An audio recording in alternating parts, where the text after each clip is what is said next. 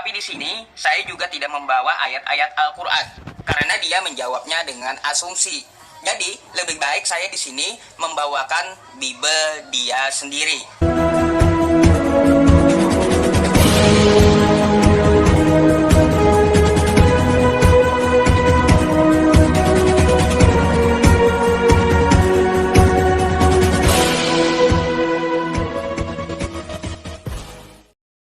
Ya, shalom bagi kita semua dimanapun kita berada pada saat ini. Kiranya kita semua tetap berada dalam keadaan sehat dan apapun yang merupakan aktivitas kita sepanjang hari ini, kiranya Tuhan Yesus memberkati. Dan kembali berjumpa lagi di channel kita ini, yaitu Zemayan Yasin. Terima kasih buat teman-teman semua dan juga para sahabat yang sudah mendukung perkembangan channel ini dengan setia. Dan kiranya kita tetap menggunakannya untuk menjadi berkat bagi semua orang.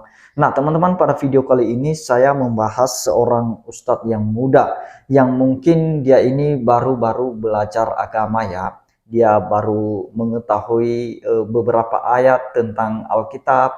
Saya kurang tahu apakah dia sudah belajar agamanya atau belum. Nah teman-teman, kemarin saya membahas tentang ketuhanan Yesus dengan memberikan jawaban beberapa ayat dari Alkitab yang saya kutip. Dan dia berkata saya menjawab dengan asumsi. Dia menyangkal atau tidak senang atau tidak terima atau dia ini kejang-kejang teman-teman ketika orang Kristen menyebut Yesus Tuhan atau ketika orang Kristen mengakui Yesus Tuhan. Nah teman-teman, kenapa orang Kristen mengakui Yesus itu Tuhan? Karena Allah telah berfirman dan juga malaikat, bahkan juga Yesus sendiri sudah mengakui bahwa dia adalah Tuhan. Jadi ustadz ini yang baru-baru belajar ini, dia tidak terima tentang hal itu. Dan dia juga memberikan beberapa ayat dari Alkitab yang mungkin ini dia tidak mengerti sama sekali konteksnya ya. Nah sebelumnya mari kita simak saja videonya yang berikut ini. Tapi di sini saya juga tidak membawa ayat-ayat Al-Quran karena dia menjawabnya dengan asumsi. Jadi lebih baik saya di sini membawakan Bible dia sendiri. Baik untuk masalah ketuhanan ya, yang saya ajukan gitu di dalam Bible tentang masalah bahwa Tuhan tidak dapat dilihat, Allah itu tidak dapat dilihat, dibenarkan oleh Yesus, dan di kitabnya Nabi Musa itu tertulis gitu loh. Ada tertulis yang saya ajukan itu, tetapi dia menjawabnya dengan asumsi bahwa Tuhan mengasih solusi. Yang dia sembah itu adalah di dalam rohnya.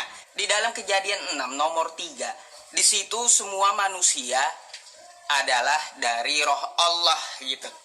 Ya, rohku tidak akan tinggal selamanya di dalam manusia karena manusia itu daging.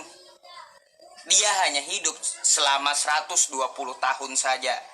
Jadi bukan cuma Yesus yang ada roh Tuhan, tapi seluruh manusia.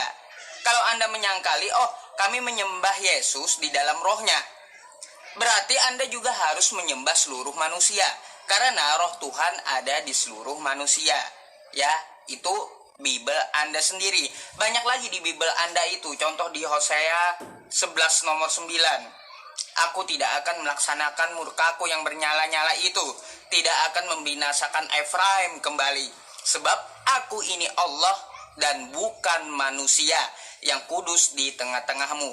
Ya, Yesus dianggap kudus di tengah masyarakat Yahudi gitu. Tetapi itu bukanlah Allah.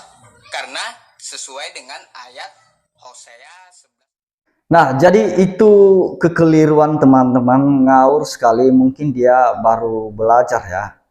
Tapi tidak masalah, kita akan tetap menjawabnya dengan ayat Alkitab lagi. Nah, dia mencoba mengutip ayat dari Kejadian di mana Allah berfirman pada saat itu bahwa rohku tidak selamanya tinggal di dalam manusia. Nah, dan dia berkata bahwa semua manusia itu dari roh Allah.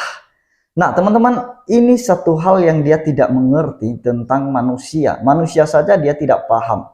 Nah manusia itu, tubuhnya itu diciptakan dari tanah. Nah diciptakan dari debu tanah, dan kemudian ketika Allah itu menghembuskan nafasnya ke dalam hidung manusia itu, maka jadilah makhluk yang hidup. Dan itulah yang tinggal di dalam manusia. Nah, apa bedanya manusia biasa pada umumnya dengan Yesus Kristus? Nah, Yesus Kristus itu dia punya hakikat kealahan, sedangkan manusia tidak. Manusia itu diciptakan dari debu tanah. Dan manusia pada umumnya itu tidak punya hakikat kealahan. Hanya Yesus yang memiliki hakikat kealahan. Dari mana kita tahu? Mari kita akan terus menjawabnya dengan ayat Alkitab, teman-teman ya. Jangan nanti sampai dia potong video ini lalu dia berkata lagi asumsi. Kita lihat dalam Yohanes 1 ayat 1 sampai seterusnya. Sampai 3 saja. Pada mulanya adalah firman. Perhatikan, pada mulanya adalah firman. Firman itu bersama-sama dengan Allah. Dan firman itu adalah Allah. Firman itu adalah Allah. Ia pada mulanya bersama-sama dengan Allah. Segala sesuatu dijadikan oleh Dia. Dan tanpa Dia tidak ada suatu pun yang telah jadi dari segala yang telah dijadikan. Nah, teman-teman, sudah jelas di sini hakikat kealahan Tuhan Yesus ya, di mana pada mulanya firman dan firman itu bersama-sama dengan Allah dan firman itu adalah Allah dan firman yang adalah Allah ini telah menjadi manusia. Di dalam ayatnya yang ke-14 firman itu telah menjadi manusia dan diam di antara kita, dan kita telah melihat kemuliaannya, yaitu kemuliaan yang diberikan kepadanya sebagai anak tunggal Bapa, penuh kasih, karunia, dan kebenaran. Nah, firman yang adalah Allah itu telah menjadi manusia. Dan manusia pada umumnya itu dilahirkan karena hubungan biologis suami istri. Kalau Tuhan Yesus itu Allah sendiri yang berfirman kepada malaikat bahwa rohnya turun ke atas Maria, menaungi Maria. Dan disitulah terjadi suatu keajaiban yang tidak pernah dialami oleh manusia pada umumnya. Makanya saya pernah katakan bahwa hanya satu orang manusia yang dimulai diciptakan dari debu tanah, yaitu Adam. Dan hanya satu orang yang diciptakan dari tulang rusuk, yaitu Hawa. Dan hanya satu orang yang hadir di dunia ini tanpa hubungan biologis, yaitu Yesus Kristus. Nah, jadi kenapa orang Kristen menyembah Tuhan Yesus? Karena memang Allah sudah berfirman bahwa Dia adalah Allah. Mari kita lihat Yesaya 9 ayat 5, teman-teman ya. Di situ dikatakan, sebab seorang anak telah lahir untuk kita, seorang putra telah diberikan untuk kita. Lambang pemerintahan ada di atas bahunya. Dan namanya disebutkan orang penasehat ajaib, Allah yang perkasa, Bapa yang kekal, Raja damai. Nah, teman-teman, Allah sendiri sudah menyampaikan melalui Nabi Yesaya, sampaikan kepada umat Israel bahwa lahir seorang anak di tengah-tengah kamu. Siapa dia? Dia penasehat ajaib. Dia Allah yang perkasa. Dia Bapa yang kekal, Raja damai. Itu firman Allah. Nah, kalau Allah sudah berfirman seperti itu, kenapa kita tidak percaya tentang Yesus sebagai Allah yang datang dalam rupa manusia itu? Nah, perhatikan teman-teman ya, bahwa Nabi Yesaya sendiri sudah menuliskan firman Allah yang mengakui Yesus sebagai Tuhan, sebagai Allah yang perkasa. Dan juga dalam Yohanes tadi, itu sudah dituliskan bahwa pada mulanya Dia firman, dan firman itu telah menjadi manusia. Dan bahkan malaikat sendiri mengakui Yesus sebagai Tuhan. Bahkan Yesus sendiri mengakui dirinya sebagai Tuhan. Dari mana kita tahu? Yohanes 13 ayat 13.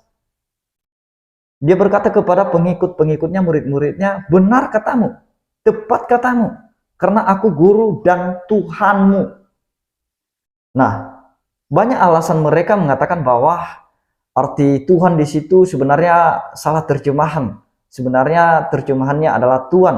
Saya mau katakan bahwa dalam bahasa Yunani, kurios itu sepadan dengan Adonai, di mana orang Israel juga menyebut Allahnya Adonai.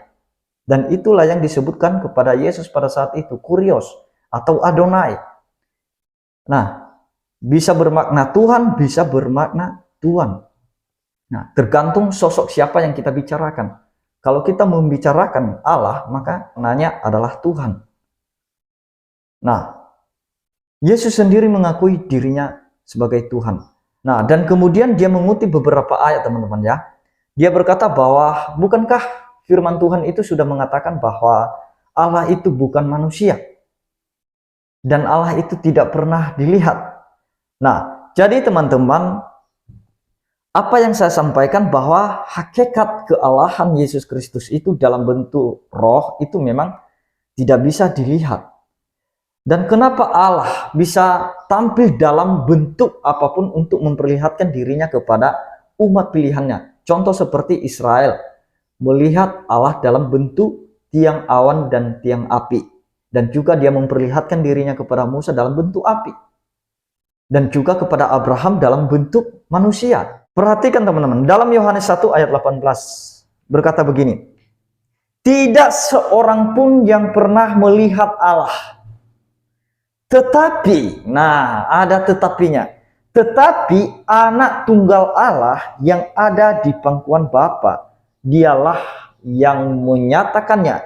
Dan itulah sebabnya di dalam Yohanes 14 ayat 8 sampai 9 berkata begini. Kata Filipus kepadanya, Tuhan, tunjukkanlah Bapa itu kepada kami. Itu sudah cukup bagi kami.